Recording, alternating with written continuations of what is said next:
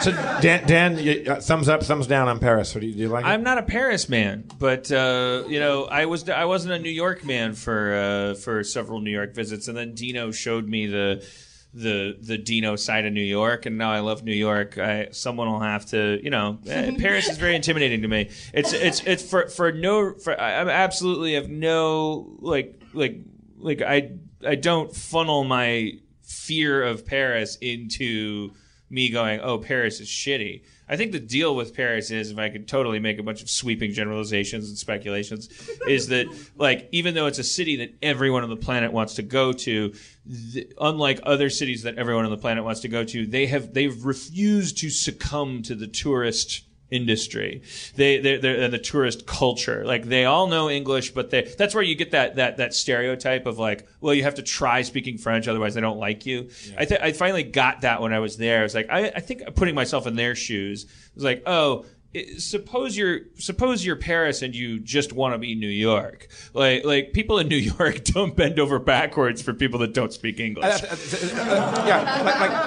In my experience, going to Italy, people throw their arms around you as a stranger. And also, Paris is not all of France. South of France is very different than being in Paris, where people it's more provincial and it's less In Paris, people are busy. They got shit to do. And also, being an American doesn't charm them. That's not enough on its own to be interesting to them.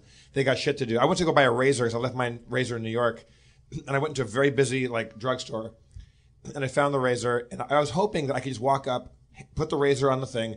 She would type it up. I would see a number. I would overbid on euros. She would give me a lot of change, and that would be the end of it. And she goes, she rings it up. I put the money on. She goes, I said, je comprends pas. I don't know. And she's like, why not? In perfect English, I go, je ne parle pas le français. And she goes why? And I said, so one phrase I know, I said, j'espère qu'un jour je parlerai bien le français. One day I hope I can speak French well. And she goes, un jour? One day? You're fucking, she's like, you're here now. I go, lady, give me the fucking razor. And she fucking died laughing. She loved it. They'll give you shit, you can give them shit back. I was I just said, I hope one day I'll speak French well. And she was giving me shit back. They're not mean. They just got shit to do. And I think that they're quite charming there. Well, I think there's just also, it's a city that people go to have fantasies and dreams and things. But it's not like barfing in Versailles.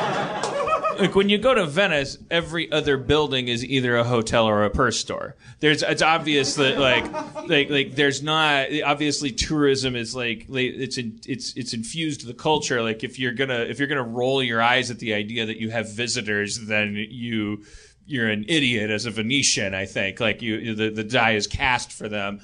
And for Paris, they're like, look, I understand that you're in a waking dream because the Eiffel Tower's over my shoulder, but right. I got shit to do, and I'm not being a prick to you. I'm just saying, when you wander into my bar and you're kind of you're just in a different mindset as a tourist. You're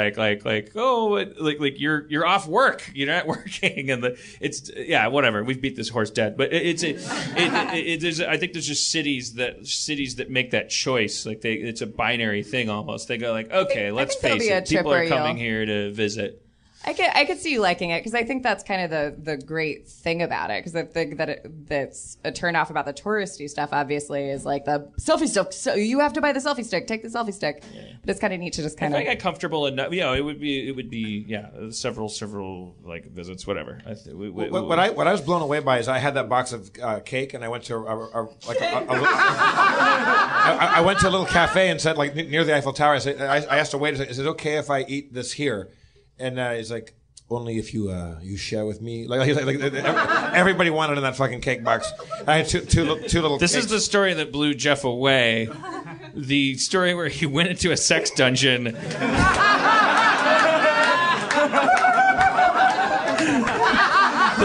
I know he didn't say it, but time travel was implied. So I just like that the precursor to the cake story was, this is what blew me away. This is what blew you. You were at the airport and it said whore on your forehead. You should write a new a new manual for men to replace the game, which is such a pile of bullshit, just called the box of cake. and we can just see men carrying around beautiful boxes of cake. I went to the what's the museum where all the Les Invalides, where all the D'Orsay? Where like Napoleon's tomb is, where all the armory and all that shit is. I walked in there, and then I didn't finish all the cake, and so I went into the You sat at Napoleon's grave with the cake, and Napoleon was like, "Oh, you going to share that with me?" I was in Napoleon's tomb with my half-eaten cake, and then I had the box, and then I went across the road to the Musée Rodin, and I wanted to see the statue of Honoré de Balzac, and so I walk in there, and these two security guards come charging at me, and I'm assuming they're going to go, you can't bring food in here, and they're like, what is this? And I opened it up to show them, and I was, is it okay? And he goes, and they're like, oh, no. One guy's like, no, it's okay, you can bring food into the thing, and the other guy's like, no. You have to give it to me. I was like, Did you give it to so me? I was like, then I for €2, you walk in the fucking Musée Rodin gallery, and you're out in the fucking garden, and there's a fucking Le Penseur, there's the Thinker by Rodin, and I'm fucking eating my cake, and no one gave a shit. Like, you couldn't bring cake into a museum in the States. It was the best. And then girls walk by into smoke, and they fucking want to know about that cake. Was this cake made out of diamonds? What kind of cake? It did. Oh, it's so good.